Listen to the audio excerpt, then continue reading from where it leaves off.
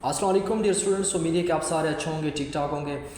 Dear students, ये आज की जो वीडियो है ये स्पेसिफिकली उन स्टूडेंट के लिए हैं जो ऑक्सफोर्ड देना चाहते हैं या लैंग्वेज सर्ट देना चाहते हैं, स्पेशली डन बेस पे या डुओलिंगो या टॉफल जो डन बेस पे करना चाहते हैं जिसके साथ स्क्रीन शेयर की जाती हैं।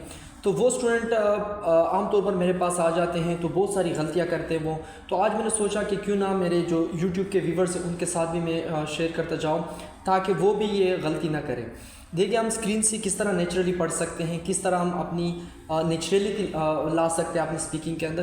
तो इस हवाले से कुछ टिप्स है जो आज मैं शेयर करने जा रहा हूँ जो कि बहुत ज़्यादा इंपॉर्टेंट है।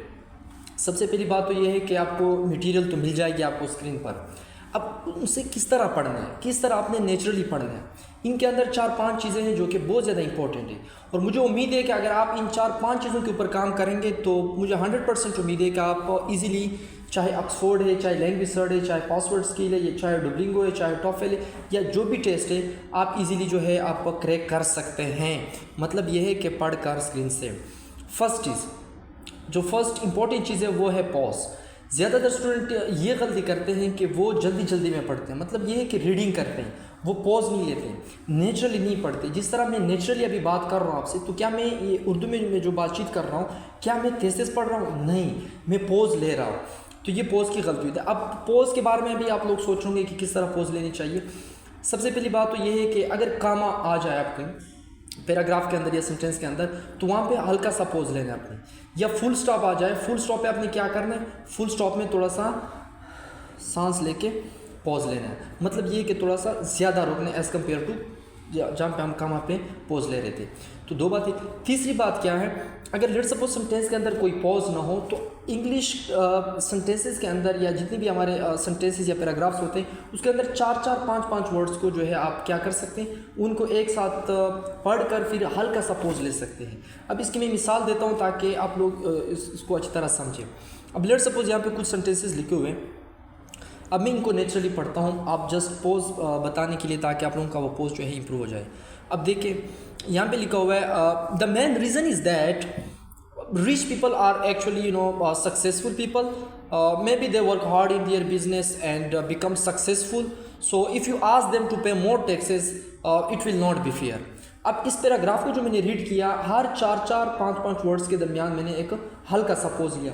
तो आप लोगों ने भी इसी तरह करना है, कोई तेज़ी से नहीं पढ़ना है कि the main reason is that rich people are actually successful people, maybe they work hard in their business and become successful, so if you ask them to pay more taxes it will not be fair. अब इस तरह भी नहीं करना है, ये ज़्यादा pause है और क्या कहते हैं, ये बहुत ज़्यादा फ्लुएंटली आप पढ़ रहे हैं, तो ये गलती ना करें। नंबर 1। दूसरा टिप क्या है, दूसरा टिप ये है कि आप लोगों की जो स्पीकिंग होती है उनके अंदर टोनेलिटी नहीं होती, जो कि वो लोग इस चीज़ को भी देखते हैं, जो आपके ऑक्सफोर्ड एलिटी या लैंग्वेज सर्ट के जो एग्जामिनर होते हैं वो इस चीज़ को भी देखते हैं, उनके अंदर टोनेलिटी नहीं होती। टोनेलिटी से मुराद स्ट्रेस ऑन स्ट्रेस। अब आप लोग सोच रहे होंगे कि स्ट्रेस ऑन स्ट्रेस किस तरह लें।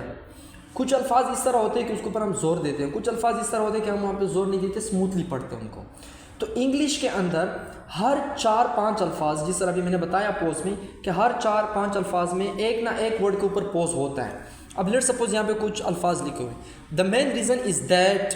अब देखो ना, दैट के ऊपर थोड़ा सा स्ट्रेस डाल रहा हूँ, तो इससे क्या होता है, आपका वो स्पीकिंग जो होता है वो नेचुरल नज़र आने लगता है। दूसरा देखिए, people are actually successful people, maybe they work hard in their business and become successful. तो अब ये क्या होता है, ये आप असल में क्या लेते हैं, यहाँ पे एक क्या कहते हैं, स्ट्रेस डालते हैं, एक टोन लाते हैं। ये दूसरी चीज़ है। तीसरी चीज़ क्या है जो कि बहुत ज़्यादा इंपॉर्टेंट है, वो प्रोनाउंसिएशन का मसला होता है। कुछ लोग जो है स्टूडेंट्स एडवांटेजेस को एडवांटेजेस कहते हैं, कंटेंट को कंटिन्यू बोलते हैं।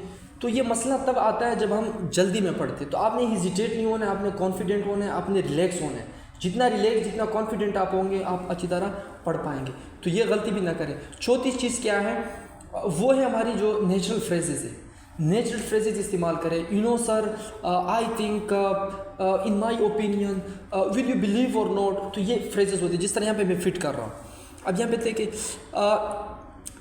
sir, it is something like asking successful people to pay money because other people are not success. In my opinion, if you keep the tax percentage same for everyone, I think the rich people are already paying more tax. अब ये क्या है, यहाँ पे ये चीज़ मैंने इस्तेमाल किया, पांचवी चीज़ क्या है, आई कॉन्टेक्ट। आई कॉन्टेक्ट बिल्कुल आप लोगों का फिक्स था। ज़्यादा 99% जो स्टूडेंट फेल होते उनके ऊपर ये शक किया जाता है कि आपकी जो आई कॉन्टेक्ट थी वो बिल्कुल फिक्स थी। तो आपने आई कॉन्टेक्ट को फिक्स नहीं रहना है। अब आई कॉन्टेक्ट में जिस तरह मैंने स्टार्ट में कहा कि पोज में 4-5 वर्ड्स पढ़ते हैं, तो उसमें जो आखिरी वर्ड्स होता है ना, उसको देखकर थोड़ा सा आई कॉन्टेक्ट को इस तरह करें। अब मैं मिसाल दे रहा हूँ। The main reason is that rich people are actually successful people. Maybe they work hard in their business and become successful. So if you ask them to pay more taxes, I think it will not be fair. तो आप लोगों ने भी इस तरह करना है। उम्मीद है कि ये वीडियो आप लोगों के लिए इंफॉर्मेटिव होगी, आप लोग भी इसी तरह कर ले। थैंक यू सो मच, जज़ाकल्लाह।